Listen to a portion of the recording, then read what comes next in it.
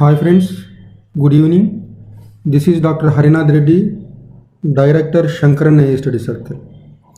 So today I plan to come up with a video on All India Judicial Service. If you remember in the recent past, Niti Aayog, National Institution for Transforming India, has come up with a report called Strategy for New India at the rate of 75. So in this report, Niti Aayog has recommended for the establishment of All India Judicial Service. And several high courts have shown their disagreement for this proposal. So in this context, the issue of All India Judicial Service establishment becomes very important.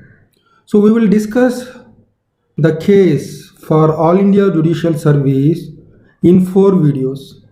The first video deals with the provisions with respect to subordinate judiciary in terms of recruitment, service conditions, and career advancement.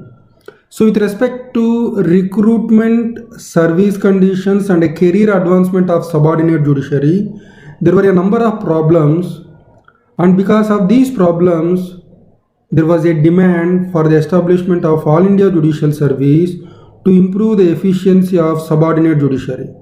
So before we take up the arguments in favor of establishment of All India Judicial Service and the arguments against the creation of All India Judicial Service, it's very important to understand the problems relating to subordinate judiciary in terms of recruitment, service conditions, and career advancement. In addition to this, we will also discuss about the various commissions which were appointed from time to time and what they have recommended with respect to establishment of All India Judicial Service. So very briefly, before I start discussing about the problems in the subordinate judiciary, in general, what are the constitutional provisions with respect to appointment of judges of higher judiciary and the subordinate judiciary? If you remember, Article 124 of the Indian Constitution deals with appointment of judges of the Supreme Court. Article 217 deals with appointment of the judges of the High Court. Article 233, it deals with the appointment of district judges. Article 234 deals with appointment of persons other than the district judges to the subordinate judicial service. So we have 4 articles: Article 124, Article 217, Article 233, Article 234. Article 124 deals with the appointment of the judges of the Supreme Court. Article 217 deals with appointment of the judges of the High Court. Article 233 deals with the appointment of the district judges. Article 234 deals with the appointment of judges other than the district judges in the subordinate courts. For example, if you take Article 124 and Article 217, till 1993, the executive and the judiciary had an equal role while appointing the judges of the Supreme Court and High Court. But in 1993, there was one case which was decided by the Indian Supreme Court called Second Judge Case. Second Judge Case.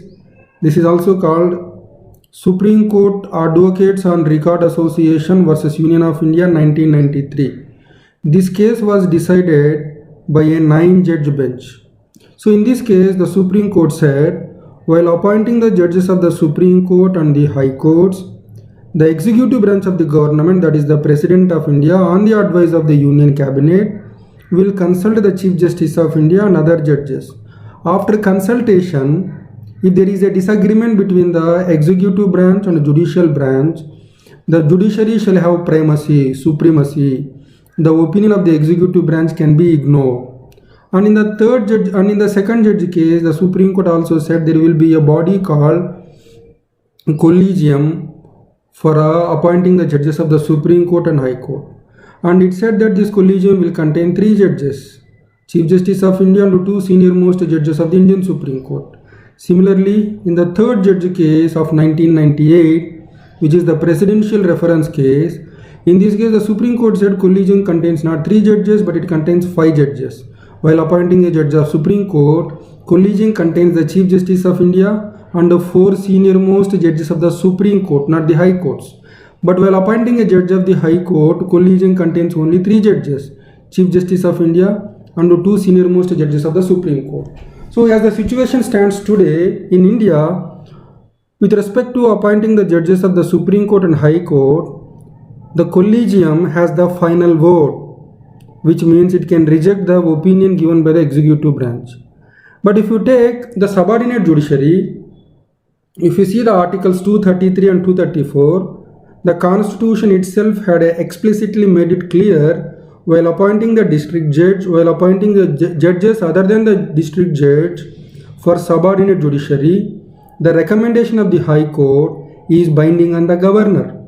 The recommendation of the High Court is binding on the governor. State Public Service Commission will have a role while appointing judges other than the district judge in the subordinate judiciary. Even with respect to State Public Service Commission, the recommendations made by the High Court were binding on the State Public Service Commission. In other words, today in India, both with respect to higher judiciary and also with respect to lower judiciary, that is subordinate judiciary, the judiciary has the final say in terms of appointments. This is one important thing which you must remember. Then, let's come to the problems of subordinate judiciary. See, the reason why there is a proposal for the establishment of All India Judicial Services is, as of now, the subordinate judiciary is not very efficient. There are a number of reasons for inefficiency in the subordinate judiciary. For example, I said that district judges are recruited by the High Court, and for which there was no permanent mechanism for recruiting the district judges. There will be something called a designated committees of the state High Court. And if you see the rules of the High Courts in every state, the composition of these committees, tenure, functions, they were never clearly specified. And these recruitments to the post of district judge were not done on regular basis. They are made on ad hoc, temporary basis. There was no annual calendar. In addition to this, in case if the students want re-evaluation of the answer scripts, the rules do not clearly provide for that. In other words, there is a lack of transparency in the recruitment process to the subordinate judiciary. So in the absence of transparency, if there are issues with respect to recruitment, matters may go before the courts and that might result in litigation. And in addition to this, the other problems relating to subordinate judiciary is the pay scales for the judicial officers in the subordinate judiciary is very low, and they don't enjoy good service conditions, and even the career advancement opportunities are very limited. So given this background, without addressing these problems, that is without increasing the pay scales, without improving the service conditions, without improving the career advancement of the posts in the subordinate judiciary, even through an All India Judicial Service, we cannot attract the best talent in this country. The reason being, the pay scales are low, the service conditions are not good, and even career advancement is not up to the mark. Unless this root cause is addressed, even the establishment of All India Judicial Service will not help in improving the efficiency of subordinate judiciary. So there is a lack of uniformity across the states with respect to the pay scales among the judicial officers in the subordinate judiciary. In this respect, Supreme Court has made some effort by giving judgments in a case called All India Judges Association case. So through its judgment in this case, it tried to bring in some kind of uniformity with respect to pay scales across the states. But despite this effort, there continues to be lack of uniformity with respect to pay scales among the judicial officers across the states. In addition to this, if you see the pay scales to the judicial officers in the subordinate judiciary and compare it with the pay scales in the law firms and the corporate sector, it's very low. In that case, the best talent will take interest in joining the law firms and also the corporate sector rather than joining in the subordinate judiciary, where they are subjected to frequent transfers with low pay, poor service conditions, and very low career advancement. So these are the problems. In addition to this, 1/3 of the judges of the High Court, they are drawn from the subordinate judiciary. But the judicial officer who has served in the subordinate judiciary for a period of not less than 10 years will become eligible to be appointed as the judge of the High Court. But unfortunately, because of inadequate caliber and competence among the judicial officers in the subordinate judiciary, these people were appointed as the judges of the High Court at a very late age with very less tenures as the judges of the High Court. So these are the problems with respect to subordinate judiciary in India. So this is the background in which we have to discuss the demand for the establishment of All India Judicial Service, whether it is a good or a bad idea.